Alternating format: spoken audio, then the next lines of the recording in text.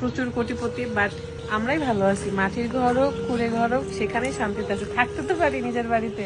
এত এত টাকা থেকে বা এত এত রাজপ্রাসাদ তৈরি করে লাভ কি যদি আমি থাকতে না পারি?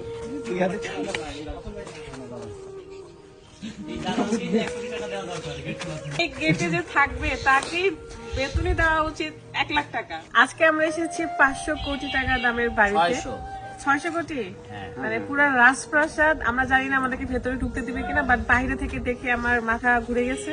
এত সুন্দর বাড়ি। তুমি দেখো, আগে চয়েস করো, পরে যদি পছন্দ হয় তাহলে কিনে নিবো।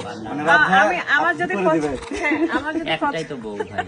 হ্যাঁ অবশ্যই। 26 তারিখের আগে তুমি আমাকে এটা লিখে দিবা? না, 10 তারিখে, তোমার বার্থডে 10 তারিখে লিখে দিয়ে আমাকে কিনে দিতে হবে। মানে 26 তারিখে পেমেন্ট ঢুকলেই, 26 তারিখের ফেসবুকের টাকাটা ঢুকলে না না পারমিশন নেওয়ার জন্য পুকুর পার হয়ে গেল। দেখে যাও, এই লোকটা পারমিশন নেওয়ার জন্য এখান থেকে সাতটায় ওইখানে গেছে।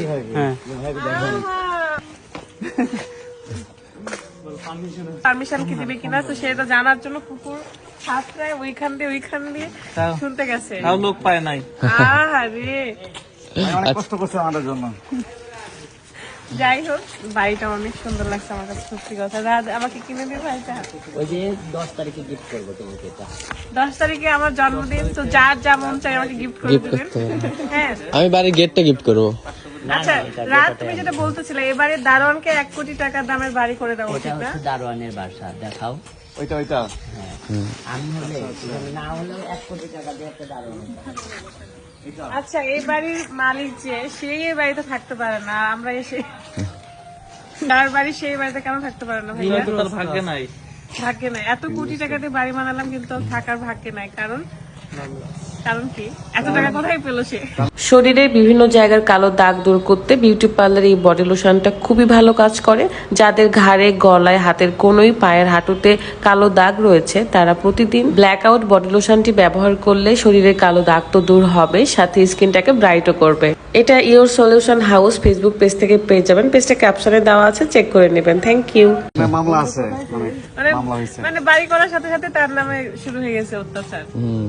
যাই হোক, এটা আসলে মনে হয়েছিল যে এই গ্রামের মধ্যে এমন বাড়ি হবে, মনে হয়েছিল এটা। কিন্তু এটা অনেকটাই গ্রাম, একদম পচা গ্রামের মধ্যে মনে করেন একটা রাজপ্রাসাদ। অজপাড়া রাস্তা অনেকটা সরু।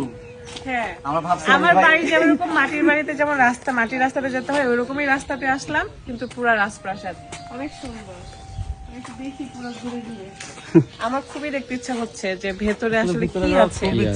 আমি পরবর্তীতে পুরো মানে যদি ঘুরতে পারি, ঢুকতে পারি, তাহলে তো ফুটেজ তো নেক্সটে দিব। বাট একটা জিনিসই ভাবছি আমি, যে এত এত টাকা থেকে বা এত এত রাজপ্রাসাদ তৈরি করে লাভ কি যদি আমি থাকতে না পারি? মানে টাকা থাকলে যে সুখ আসে এমন না। আমি খুবই চেষ্টা করবো ভেতরে, সবাই আসছে, সবাই খুবই চেষ্টা করতেছে পারমিশন নেওয়া যে ভেতরে যাওয়া যায় কিনা। হ্যাঁ, কারণ মালিক তো থাকে না, লাস্ট নাকি ঈদ করে গেছে তারা। তো দেখা যাক, আমরা ঢুকতে পারলে দেখবো যে আসলে বাড়িটার মধ্যে আছেটা কি। পুকুরে এত সুন্দর করে বাঁধ বানাইছে, সুন্দর লাগছে। তুমি এরকম একটা আমাকে বাড়ি বানিয়ে দেবো, বলছো বাড়ি বানানো, এরকম বাড়ি বানাবো যাতে সেখানে থাকতেই না পারি। মানে এটা বোঝাই যাচ্ছে সে অনেক শৌখিন একটা মানুষ, প্রচুর কোটিপতি, বাট নিজের এত শখের জায়গাতে সে থাকতে পারবে না। আমরাই ভালো আছি। মাটির ঘর হোক, কুড়ে ঘর হোক, সেখানেই শান্তিতে আছে। থাকতে তো পারি নিজের বাড়িতে। এটা হচ্ছে গেট। এটা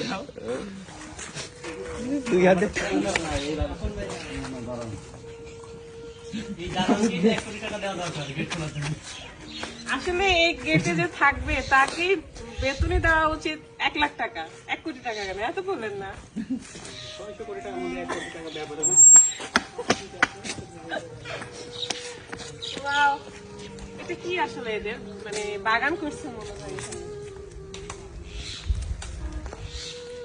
সামনে আরেকটা পুকুর আছে, পুকুরের সাথে আবার বাঁধ বানানো, মানে কত সুন্দর হবে। জাস্ট ভেতরে না গেলে আমি শান্তি পাচ্ছি না।